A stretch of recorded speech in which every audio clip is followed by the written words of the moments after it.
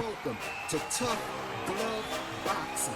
I am locked in, and let's get ready to talk about it!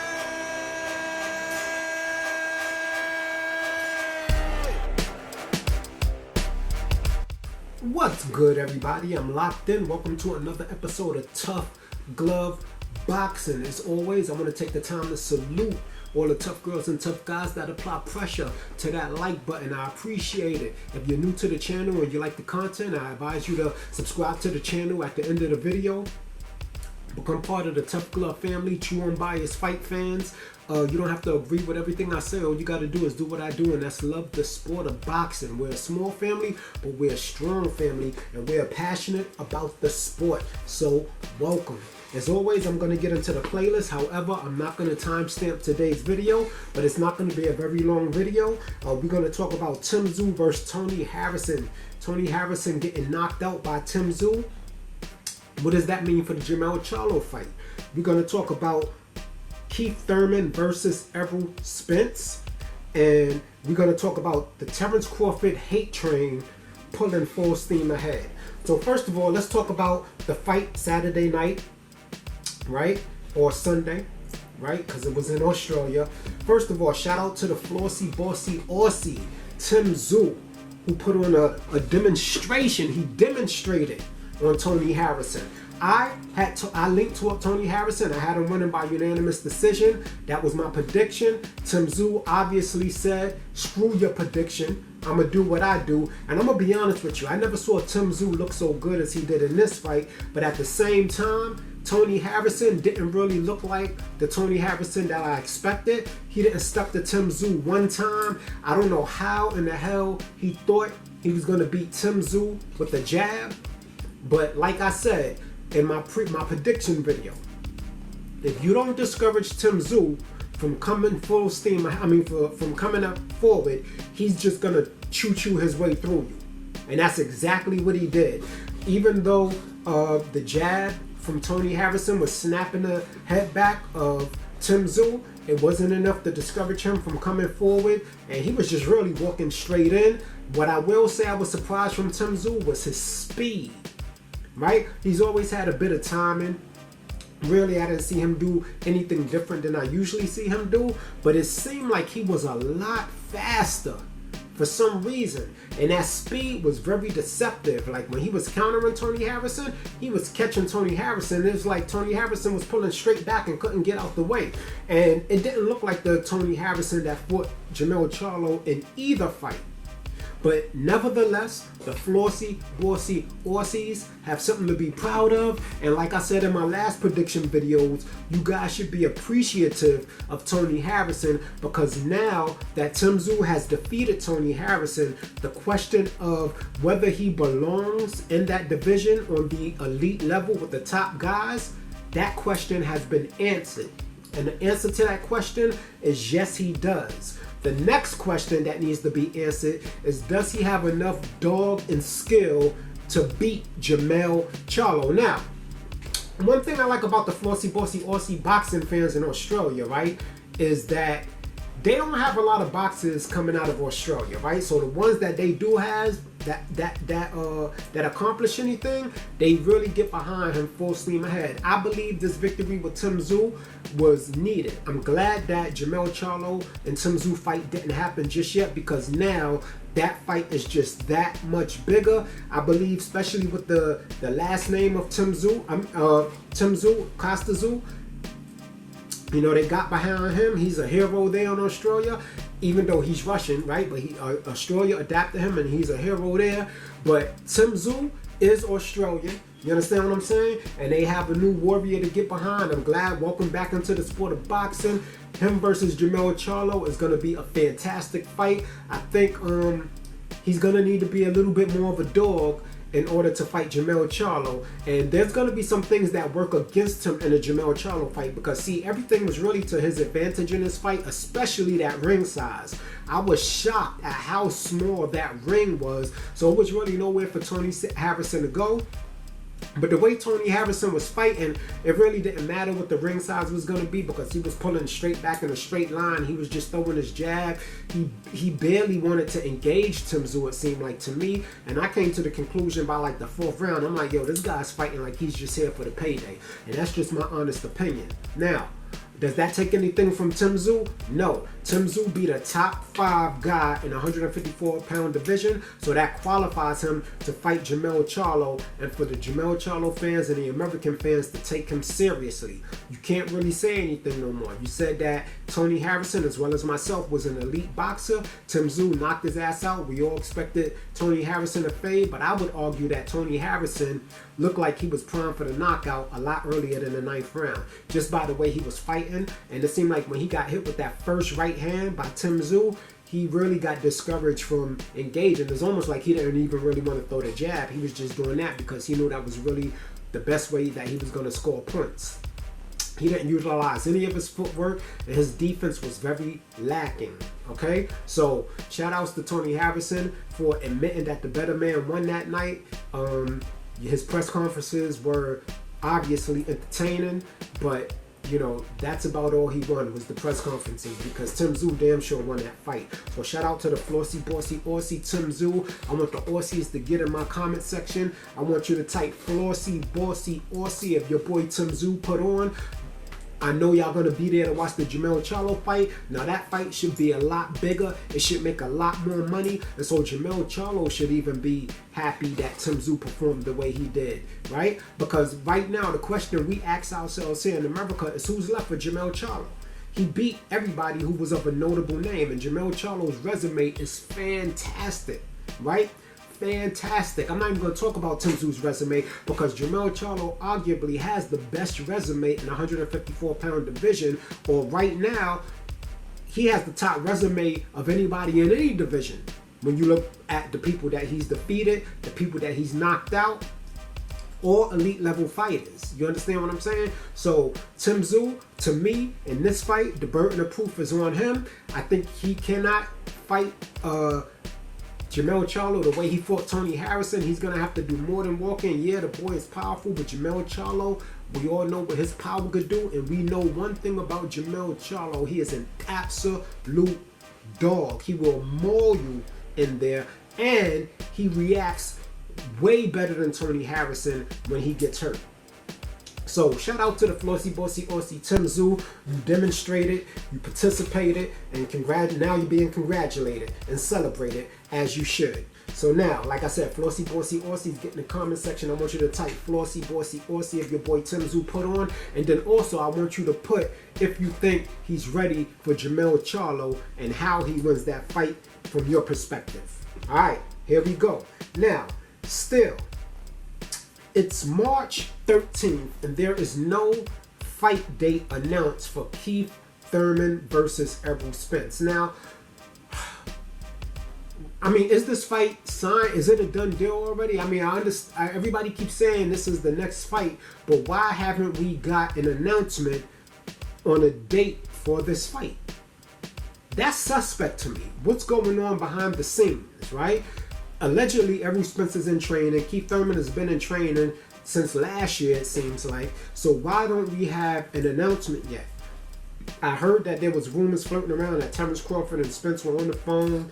They made some agreements, but I don't think that fight's happening next. I would love that fight to happen next, and they just say, you know what? We decided to go with this fight instead of the Keith Thurman fight, but I'm not putting my eggs in that basket. I'm thinking if we are going to get that fight, it's not going to be until the later quarter of the year. Keith Thurman is going to get a tune. Like I said, I'm not ready to call Keith Thurman a tune-up yet, right? So Errol Spence is going to get a fight with Keith Thurman. He's going to get a fight in. Terence Crawford is going to get who I will say is a stay-busy fight, okay? I'm not going to call him a tune-up because Roach has earned his spot, but he's a stay-busy fight for Terence Crawford. And then hopefully at the final quarter of the year, we'll get Terence Crawford versus Errol Spence. But I think it's kind of suspicious that Keith Thurman and Errol Spence fight has not been announced yet. You guys get in the comment section and let me know if I'm the only one that feels like that, or do you think there's something going on behind the scenes that we're not being made privy to? All right, so check it out. Terence Crawford, we all know he has a lot of fans, but he has even more haters for whatever reason. I really don't know. Okay, I mean, I could get the Errol Spence fans hating on Terence Crawford because that's supposed to be his arch rival.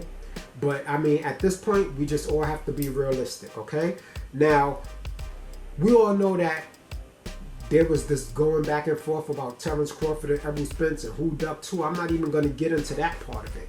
The part of it that I want to get into it is that everybody is saying that Terence Crawford doesn't want to fight anybody. Look, he's fighting Alexis Rocha. Why didn't he fight Virgil Ortiz? Why didn't he fight Boots Ennis, right? Even though Errol Spence hasn't accepted the challenge to none of these fighters, they deflected it to Terence Crawford like, well, he should fight, you know, at least Errol Spence is fighting Keith Thurman. Why he not fighting the top guys? He don't want to fight the top guys. Only to be found out, right, a couple weeks ago that Virgil Ortiz turned down the fight 2 times, right? This was the WBO said they offered Virgil Ortiz the fight twice. He turned it down.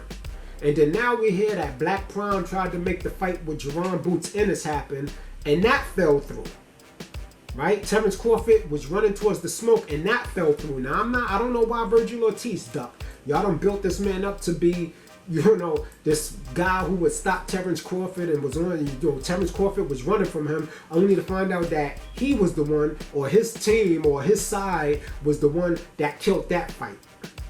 And they were trying to go the Errol Spence route. Now, as far as Boots Ennis, I'm never gonna say Boots Ennis is scared of anybody.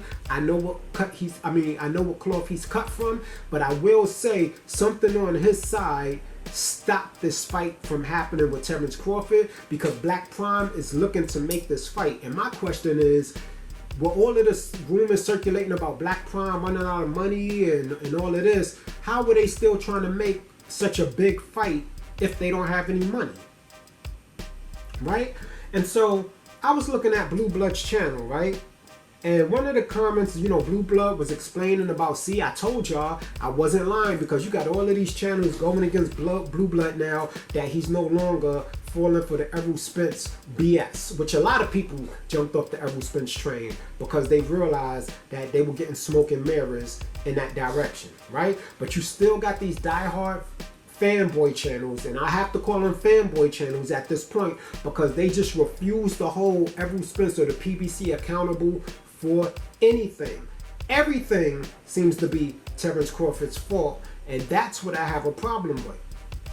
First of all, the fact that he doesn't want to fight the top guys, or he's not giving the young guys a chance, that's already been debunked, right? It came out that Virgil Ortiz turned down the fight twice. Boots Ennis fight fell through because I guess Steven Espinosa didn't want to make it happen with Blk Prime or whatever. You understand? I think personally that they are scared to give Blk Prime that type of power, because when Floyd Mayweather came out with TMT and the PBC, that screwed up a lot of things for the business of boxing. The normal way things were going, that kind of showed fighters we don't have to give the promoters all of our money, right? We have the power here, and I think they're scared of Terence Crawford and Blk Prime doing the same thing. Now, Blue Blood has come under attack, right? And I don't even agree with everything that Blue Blood has said in the past, right? But lately, he's been pretty on point. I don't go by another channel to determine what my opinion is going to be. I listen to all of the perspectives. I look at what's going on myself, and from what I see going on, okay, well, this part is true what this person said, or this part is not true. That doesn't seem to add up with what this person said. And then I come up with my own narrative. I don't even ask you guys to believe everything I say or agree with everything I say. Go do the research for yourself. You understand? My thing is this. During the Blue Blood Sports TV live a couple days ago, he was explaining how he was right. He was right about the Jerome Boots Ennis situation. All these channels came out and said he was lying, he was capping, blah, blah, blah. And my question has always been, okay, we know that Blue Blood for a fact, right, is inside the sport of boxing. He's not just like us, a content creator going by what we have to determine based on what we see from other content creators and our own judgment. He's actually speaking to people that have power in boxing behind the scenes. And a lot of what he said has come to light.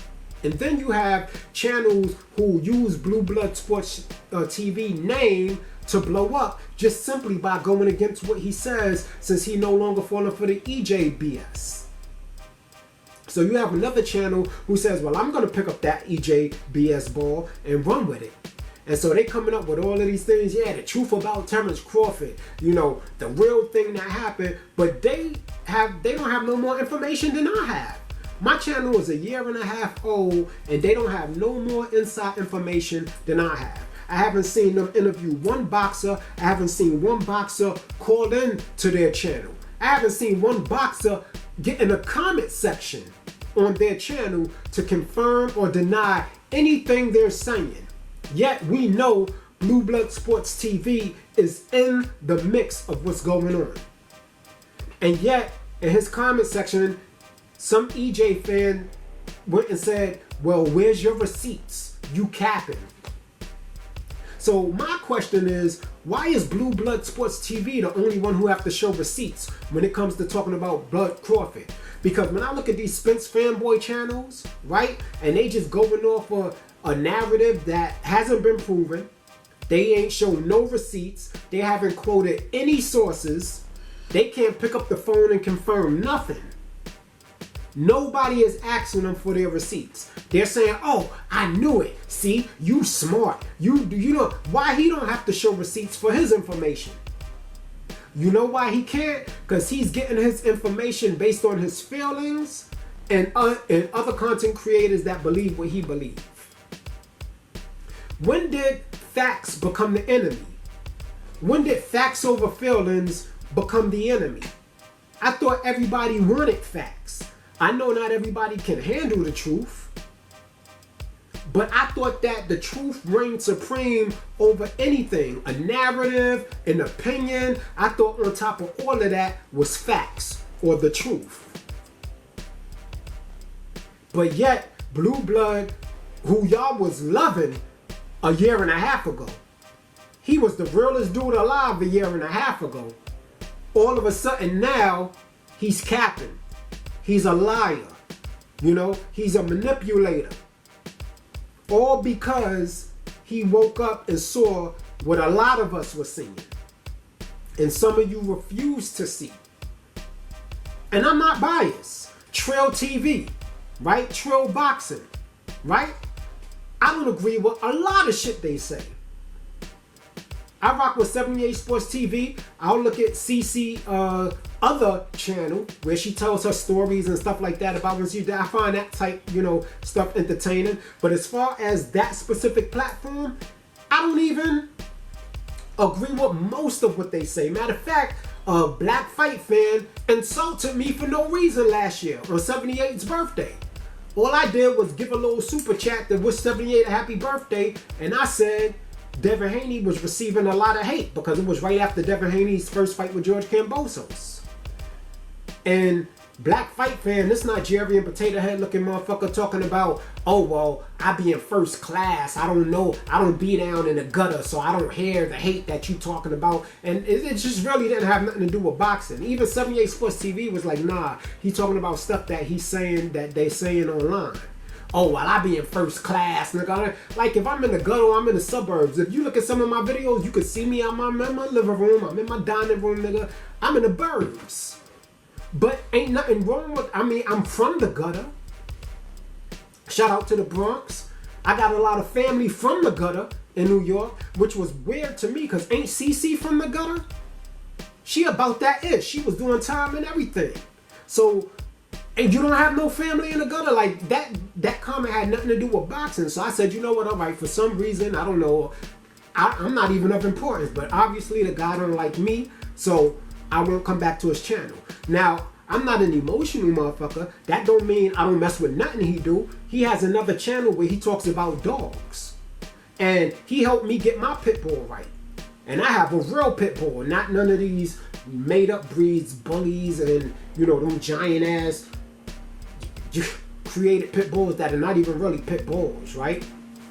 But I have a real pit bull, and he gave me some real valid advice that turned out to be true, right? Got my dog right. So I subscribe and support that channel, You know what I'm saying? Just because I don't like a motherfucker don't mean I can't take from him what I need to better my situation. But the reason why I bring that up is because I say I don't even rock with trail boxing like that. But when it comes to talking boxing, right? And I'll never go to them and be like, yo, you don't know what you're talking about. Where's your receipts? You know why? The reason why is because I know that they're privy to information that I'm not privy to. So they would know more than me. They actually have boxers come on their platform. Boxers calling in. Right? Even though Black Fight Fan insulted me for whatever reason, only to find out, only to make videos and videos after talk about how Devin Haney don't really get his credit. That's what I was saying. But okay. You know, everybody, ain't no law saying the motherfucker got to like you and you got to rock with them. If I see the man in the gym, salute to you. Keep doing your thing. I want you to get as much money as possible and live as good as possible. I love to see my peoples doing good. I don't care how much I don't rock with you in a certain aspect. I'm never going to want to see you low down. That's just how I am. Because I believe if you hating on somebody else, you really blocking your own energy. So maybe something about my aura made him think I was in the gutter, you know, and that's why he said that. But when it comes to this boxing, I'm not going to get into a debate with him because he actually is privy to inside information that I'm not privy to. Just like Blue Blood Sports TV. And it just so happens that they rock together. They have total different fan bases supporting their channels, but they rock together. That's how it's supposed to be.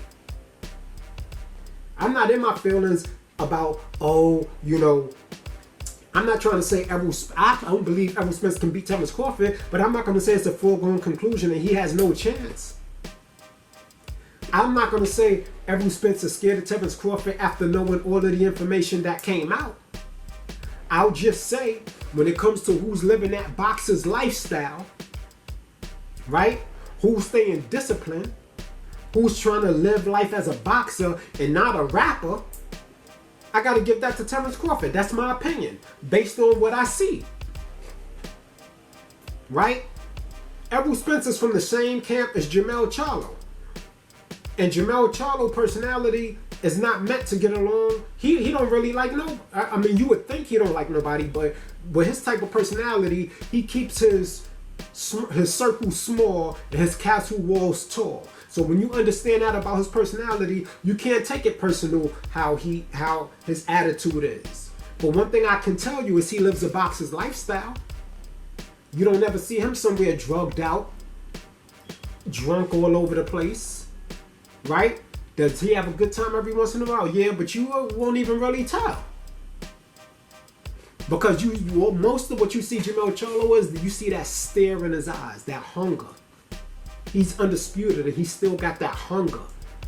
He understands that now that I got the crown, the hardest part of the journey is defending this crown, maintaining the kingdom. And he shows it in his training and his aura and his attitude. And I got a video coming up about Tszyu and Jermell Charlo later this week. But I just wanted to get on here right quick and ask, why is it only anybody who support Terence Crawford, why are they the only ones who got to show receipts and no Spence fan ever asks for receipts?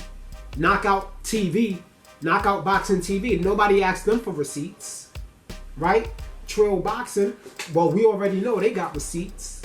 Marty or whatever, manager Marty or what, the one who made his name off of Blue Blood Sports by going against Blue Blood, which really didn't make any sense, right? He made a whole big video about if Blue Blood knew him or not. Who gives a F if another man knows you or not? But the fact is, he's here now. We know who manager Marty is, right? Why nobody asks him for receipts? His opinion seems to be good. His perspective seems to be just good. Right? No Spence fans are asking him for receipts. Meanwhile, he's not inside no boxing conversation. He don't reveal no sources. And then, when Blue Blood is proved right, no videos come out like, yo, I was wrong on that one. Okay, Blue, you got me on that one, but here's still how I feel. You don't see that shit. So my question is, when did facts become the enemy? And when did feelings trump facts? Anyway, it is what it is. I'm locked in. This has been another episode of Tough Glove Boxing. Hit that like button, hit that subscribe button, become part of the Tough Glove family. You don't gotta agree with everything I say. All you gotta do is do what I do and love the sport of boxing. This ain't a fanboy channel. I don't just talk about one or two boxes. You can look back months in my videos. You ain't gonna see Terence Crawford in every name of my video, yet I'm hating on him. You ain't gonna see Errol Spence in every name of my video, yet I'm hating on him. I talk about all the boxers across the world. This is a true boxers channel.